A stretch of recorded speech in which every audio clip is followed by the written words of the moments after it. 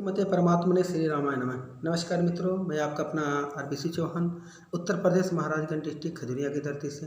मित्रों, आज मैं गुरु जी द्वारा रचित ग्रंथ ब्रह्म ज्ञान चैप्टर 242 एक विचार लेकर आया हूँ। संसार में बहुत लोग अपने दुख पीड़ा तथा चिंता के कारण सो नहीं पाते। गुरु महाराज कहते हैं, संसार में बहुत लोग अपने दुख पीड़ा तथा चिंता के कारण सो नहीं पाते। किसी के आने के इंतजार में भी करवटें बदलते रहते हैं। कहीं वह आ जाए तो मैं गहरी नींद में न सो जाऊं, या सवेरे जाना है उसी उधेड़ बूंद में भी नहीं सो पाते। मगर संत भी नहीं सो पाते। वह अपने आनंद के कारण नहीं सो पाता, अपने ध्यान में डूबा हुआ सो नहीं पाता। इसलिए संत और संसारी में इतना ही अंतर है कि वह अपने दुख और चिंता के कारण नहीं सो पाते और संत और साधक अपने आनंद के कारण। कितनी अच्छी बात है हमारे गुरु महाराज कर रहे हैं।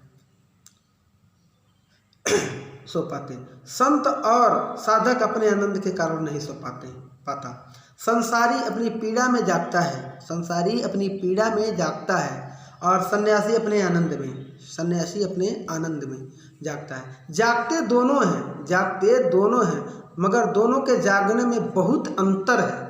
कितना अंतर है गुरु महाराज आगे बता रहे हैं। इस तरह संसार में रहने का भी अंतर है, इस तरह संसार में भी रहने का अंतर है। आप जीवन कैसे व्यतीत कर रहे हैं, आप जीवन कैसे व्यतीत कर रहे हो, इसमें भी अंतर है।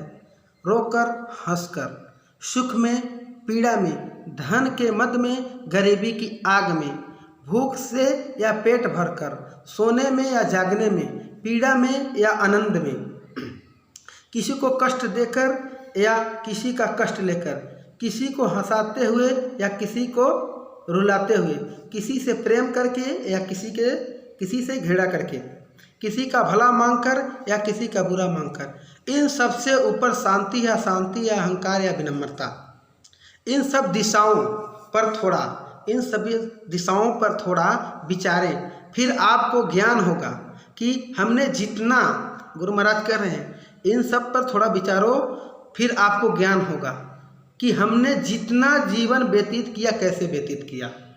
इसे पढ़कर हम अपने में कुछ बदलाव ला सकते हैं या नहीं। अगर आप विचारोगे तो ज़रूर बदलाव आएगा। हम अपने जीवन को अच्छे ढंग से व्यतीत कर पाएंगे, जैसे सुख और दुख, अच्छाई बुराई, नेकी बदी। आप दोनों का ज्ञान लेकर चले तो पाएंगे कि जीवन को जाना और फिर जो भी काम करेंगे आनंद ही आनंद होगा। जय श्री राम। इतना आज गुरु जी द्वारा रचित ग्रंथ ब्रह्म ज्ञान से मैं आप सभी को दे रहा हूँ। इसी के साथ मैं अपनी वाणी को विराम देता हूँ। जय जय श्री राम।